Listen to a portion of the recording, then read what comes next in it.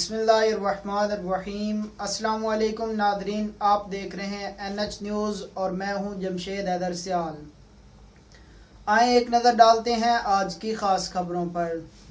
افغانستان کے صوبہ پروان کی ایک مسجد میں دہشت گردانہ حملے میں متعدد نمازی زخمی اور شہید ہو گئے ہیں۔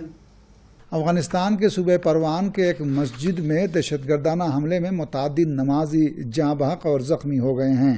افغانستان کے صوبہ پروان کے مقامی عہدیداروں کا کہنا ہے کہ خلاءزائی نامی علاقے میں مسلح دہشت گردوں نے ایک مسجد میں موجود نمازیوں پر فائرنگ کر دی، جس میں کم سے کم 8 نمازی جاں بحق اور 5 دیگر زخمی ہو گئے۔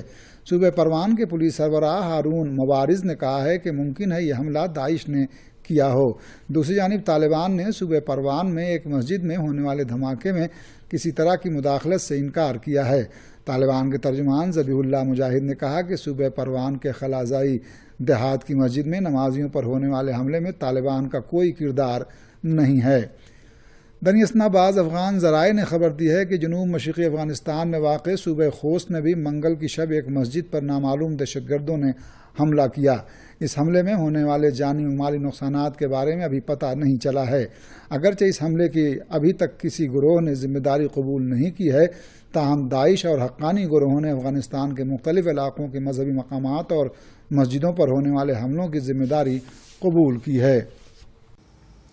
یمن کی قومی سالویشن حکومت کے ایک فوجی ذریعے نے بحیرہ احمر کے سواحل پر واقع صوبہ الحدیدہ کی فضا میں ایک سعودی جاسوس طیارہ مار گرانے کی رپورٹ دی ہے۔ یمن کی قومی سالویشن حکومت کے ایک فوجی ذریعے نے بحیرہ احمر کے سواحل پر واقع صوبہ الحدیدہ کی فضا میں سعودی اتحاد کا ایک جاسوس طیارہ مار گرائے جانے کی خبر دی ہے۔ المیادین ٹی وی کی رپورٹ کے مطابق صنعا حکومت کے ایک فوجی ذریعے نے کہا ہے کہ یمنی فوج اور عوامی رضاکار فورس کے اینٹی ایئر کرافٹ یونٹ نے یمن کے مغربی صوبے الحدیدہ میں سعودی اتحاد کا ایک ڈرون طیارہ مار گرایا ہے۔ اس ذریعے کے مطابق سعودی اتحاد کے فوجیوں نے یمنی فوج اور عوامی رضاکار فورس کے زیر کنٹرول علاقوں پر شدید گولہ باری کی، جبکہ الحدیدہ کے التحیطہ، حیث اور الفازا علاقوں کی فضا میں سعودی اتحاد کے جنگی اور ڈرون طیاروں نے پروازیں بھی کیں۔ رپورٹ کے مطابق سعودی اتحاد کے جنگی طیاروں نے سعودی عرب کی نجران سرحد سے ملے یمن کے صوبے الجوف کے مختلف علاقوں من جملہ خب اور الشعف کے علاقے المرازیق پر بمباری کی۔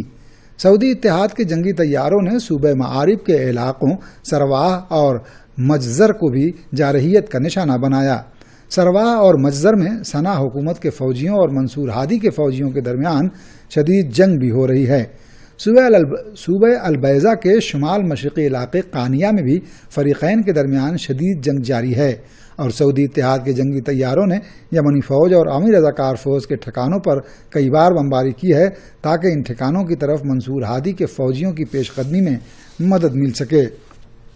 امریکی بحریہ نے دھمکی دی ہے کہ مغربی ایشیا میں غیر ملکی بحری جہاز اگر امریکی بحری جہاز سے 100 میٹر سے زیادہ قریب ہوئے تو انہیں خطرہ سمجھتے ہوئے نشانہ بنایا جائے گا۔ امریکی بحریہ نے دھمکی دی ہے کہ مغربی ایشیا میں غیر ملکی بحری جہاز اگر امریکی بحری جہازوں سے 100 میٹر سے زیادہ قریب ہوئے تو انہیں خطرہ سمجھتے ہوئے نشانہ بنایا جائے گا۔ امریکی بحریہ نے بدھ کے روز ایک بیان میں دعویٰ کیا ہے کہ اس کی یہ دھمکی امریکہ کے جنگی ضابطوں میں تبدیلی نہیں ہے، بلکہ سلامتی کو اور زیادہ یقینی بنانے اور خطرے کو کم سے کم کرنے کی غرض سے یہ قدم اٹھایا جا رہا ہے۔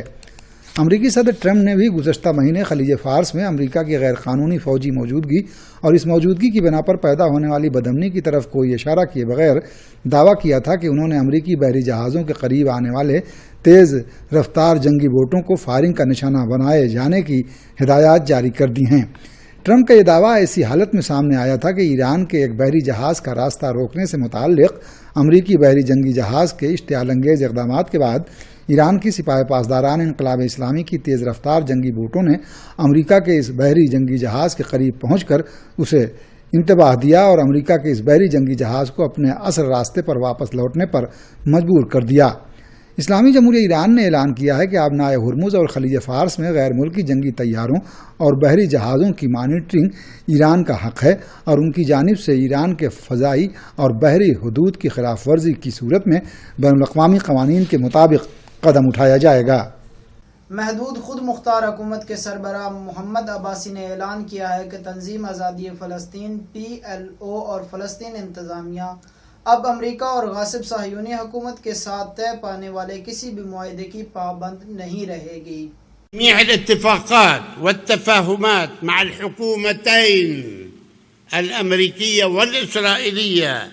محدود خود مختار فلسطینی انتظامیہ کے سربراہ محمود عباس نے اعلان کیا ہے کہ تنظیم آزادی فلسطین PLO اور فلسطینی انتظامیہ اب امریکہ اور غاصب صہیونی حکومت کے ساتھ طے پانے والے کسی بھی معاہدے کی پابند نہیں رہے گی۔ فلسطینی انتظامیہ کے سربراہ محمود عباس نے فلسطینیوں کے خلاف انجام پانے والے تمام جرائم میں امریکہ کو شریک اور قصوروار ٹھہراتے ہوئے کہا کہ واشنگٹن تل ابیب کے تمام غاصبانہ اور مجرمانہ اقدام میں برابر کا شریک ہے۔ غاصب صہیونی حکام نے حال ہی میں یہ فیصلہ کیا ہے کہ وہ غرب اردن کے بعض علاقوں پر قبضہ کر کے انہیں اپنے مقبوضہ علاقوں میں شامل کر لیں گے۔ صہیونی حکومت کے اعلان کے مطابق غرب اردن کو مقبوضہ علاقوں میں ضم کرنے کے غاصبانہ اور مجرمانہ منصوبے پر جولائی کے مہینے سے عمل درآمد شروع کیا جائے گا۔ ایک اندازے کے مطابق غاصب صہیونی حکومت غرب اردن کے 30 سے 35% علاقے کو اپنے زیر قبضہ علاقوں میں ضم کرنا چاہتی ہے۔ حکومت کے فوجیوں نے غرب اردن کے بعض علاقوں اور بیت المقدس پر حملہ کیا ہے۔ العالم ٹی وی کی رپورٹ کے مطابق صہیونی فوجیوں اور صہیونی بستیوں میں موجود انتہا پسند صہیونیوں نے مقبوضہ بیت المقدس کے بعض علاقوں پر حملہ کر کے کئی فلسطینی نوجوانوں کو گرفتار بھی کر لیا ہے۔ صہیونی حکومت کے فوجیوں نے غرب اردن کے مشرقی بیت لحم میں واقع العبیدیہ کالونی، شمالی الخلیل کے العروب کیمپ اور الہدب دیہات میں قائم الفوارہ کیمپ پر دھاوا بول کر ان علاقوں کے شہریوں کو ڈرایا دھمکایا اور متعدد افراد کو حراست میں بھی لے لیا۔ صہیونی فوجیوں نے دیر سامت کالونی میں واقع شہید عبداللہ العوادہ کے گھر پر بھی حملہ کیا اور پورے گھر کو تباہ کر دیا اور گھر والوں کی تلاشی بھی لی۔ صہیونی حکومت کے فوجیوں نے چند روز قبل فلسطینی نوجوان العوادہ کو گولی مار کر شہید کر دیا تھا۔ صہیونی فوجیوں نے دعویٰ کیا ہے کہ العوادہ اپنی گاڑی ایک اسرائیلی فوجی پر چڑھانے کی کوشش کر رہا تھا۔ غاصب صہیونی فوجیوں نے الخلیل شہر کے شہداء روڈ کے شہریوں کو یہ دعویٰ کرتے ہوئے زد و کوب کیا اور انہیں ان کے گھروں سے نکال کر گھنٹوں باہر کھڑے کیے رکھا کہ افراد صہیونی بستیوں کی جانب پتھر پھینک رہے تھے۔ صہیونی فوجیوں نے انسانی حقوق کے ایک سرگرم رکن مفید الشرباتی کو بھی گرفتار کر لیا ہے جو اس واقعے کا ویڈیو بنا رہے تھے۔ NH نیوز سے فی الوقت اتنا ہی۔ دیکھتے رہیں NH نیوز۔ اللہ حافظ۔